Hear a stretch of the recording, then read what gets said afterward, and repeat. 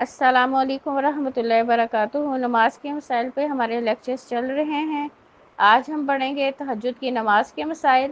فرض نمازوں کے بعد سب سے افضل نماز تہجد کی نماز ہے۔ حضرت ابو ہریرہ رضی اللہ تعالیٰ عنہ فرماتے ہیں کہ آپ صلی اللہ علیہ وآلہ وسلم نے فرمایا، رمضان کے بعد سب سے افضل روزے محرم کے ہیں، اور فرض نمازوں کے بعد سب سے افضل نماز تہجد کی نماز ہے۔ یہ مسلم کی حدیث ہے۔ نماز تہجد قیام اللیل کی مصنون رکعات 8 نفل اور 3 وتر ہیں۔ حضرت عبداللہ بن ابو قیس رضی اللہ تعالیٰ عنہ کہتے ہیں کہ میں نے حضرت عائشہ رضی اللہ تعالیٰ عنہ سے سوال کیا، کیا آپ صلی اللہ علیہ وآلہ وسلم رات کی نماز کتنی پڑھتے تھے؟ حضرت عائشہ نے جواب دیا، کبھی 4 نفل اور 3 وتر کل 7 رکعات، کبھی 6 نفل اور 3 وتر کل 9 رکعات، اور کبھی 8 نفل اور 3 وتر کل 11 رکعات، اور کبھی 10 نفل اور 3 وتر کل 13 رکعات ادا فرماتے۔ آپ صلی اللہ علیہ وآلہ وسلم کی رات کی نماز 7 سے کم اور 13 سے زیادہ نہیں ہوتی تھی۔ ابو داؤد کی حدیث ہے۔ تو اب اس سے کیا پتہ چلتا ہے کہ کم سے کم 7 رکعت اور زیادہ سے زیادہ 13، یہ آپ صلی اللہ علیہ وسلم کی روٹین تھی۔ اگر آپ صلی اللہ علیہ وسلم زیادہ روٹین سے 8 نفل اور 3 وتر ادا کیا کرتے تھے۔ اگر کوئی شخص مسنون رکعت کم سے کم 7 رکعت، زیادہ سے زیادہ 13 رکعت کے بعد مزید نوافل ادا کرنا چاہے تو وہ کر سکتا ہے۔ نماز تہجد میں آپ صلی اللہ علیہ وآلہ وسلم کا زیادہ تر معمول 8 رکعت نفل اور 3 وتر کل 11 رکعت پڑھنے کا تھا۔ نماز تہجد 2 یا 4 رکعت دونوں طرح پڑھنا مسنون ہے، لیکن 2 کر کے پڑھنا زیادہ افضل ہے۔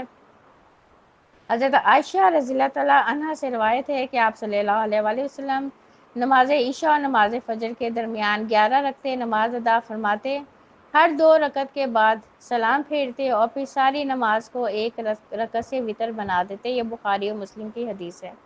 تو آپ صلی اللہ علیہ وسلم کی روٹین کیا تھی کہ آپ 8 نفل پڑھتے مگر 2 کر کے، یہ پڑھنا افضل ہے، اور پھر اینڈ پہ 3 وتر ادا فرمایا کرتے تھے۔ حضرت ابو سلمہ بن عبد الرحمن رضی اللہ تعالیٰ عنہ نے حضرت عائشہ سے پوچھا، آپ صلی اللہ علیہ وسلم کی رمضان میں رات کی نماز کیسی ہوتی تھی؟ حضرت عائشہ رضی اللہ تعالیٰ عنہ نے جواب دیا، رسول اللہ صلی اللہ علیہ وسلم رمضان یا غیر رمضان میں رات کی نماز 11 رکعتوں سے زیادہ نہ پڑھتے تھے۔ 4 رکعتیں پڑھتے ان کے طول و حسن کا کیا کہنا، پھر 4 رکعتیں پڑھتے ان کے طول و حسن کا کیا کہنا، اور پھر 3 رکعت وتر عطا فرماتے۔ یہ بخاری مسلم کی حدیث ہے۔ آپ سے ہم اتنی طویل جو ہے نفل نماز پڑھتے تھے کہ ایک حدیث میں آتا ہے، اس کا مفہوم ہے کہ ایک دفعہ آپ سے نے ایک رکعت میں مکمل سورۃ بقرہ، مکمل سورۃ آل عمران، مکمل سورۃ نساء پڑھی۔ یہ 6 سپارے بنتے ہیں۔ تو اس وجہ سے آپ کے پاؤں مبارک بھی سوج جایا کرتے تھے۔ اتنی طویل جو ہے تلاوت آپ صلی اللہ علیہ وسلم جو ہے تہجد کی نماز میں کیا کرتے تھے۔ ایک ہی آیت کو بار بار نفل نماز میں پڑھنا جائز ہے۔ حضرت ابو ذر رضی اللہ تعالیٰ عنہ فرماتے ہیں، ایک رات آپ صلی اللہ علیہ وآلہ وسلم نے قیام فرمایا اور صبح تک ایک ہی آیت تلاوت فرماتے رہے، اللہ اگر تو عذاب کرے تو وہ تیرے بندے ہیں، تیرے غلام ہیں، تو کر سکتا ہے، اگر بخش دے تو غالب ہے، حکمت والا بھی ہے، تجھے کوئی پوچھنے والا نہیں۔ یہ نسائی کی حدیث ہے۔ تو اس سے کیا بات پتہ چلتی ہے کہ اگر کوئی تہجد کی نماز ہے ایک رکعت بھی بار بار پڑھتا ہے تو ایک رکعت بار بار پڑھنا جائز ہے۔ نماز تہجد میں آپ صلی اللہ علیہ وآلہ وسلم دعائے استفتاح پڑھا کرتے تھے۔ حضرت عائشہ رضی اللہ تعالیٰ عنہ فرماتی ہیں کہ آپ صلی اللہ علیہ وآلہ وسلم جب نماز تہجد کے لیے کھڑے ہوتے تو شروع میں یہ دعا پڑھتے، اے اللہ، جبرائیل و میکائیل و اسرافیل کے پروردگار، زمین و آسمان کے پیدا کرنے والے، غیب کے جاننے والے، تو اپنے بندوں کے درمیان ان کے اختلافات کا فیصلہ فرما دے۔ حق کے معاملے میں جتنے بھی اختلافات ہیں تو اپنی توفیق سے ان میں میری رہنمائی فرما۔ اس میں شبہ نہیں کہ تو جس کو چاہتا ہے اپنے قانون کے مطابق سیدھی راہ کی ہدایت بخشتا ہے۔ یہ مسلم کی حدیث ہے۔ تو جب نماز شروع کرنے سے پہلے آپ صلی اللہ علیہ وسلم یہ دعا پڑھا کرتے تھے اور اس کے بعد ہی تہجد کی نماز شروع کیا کرتے تھے۔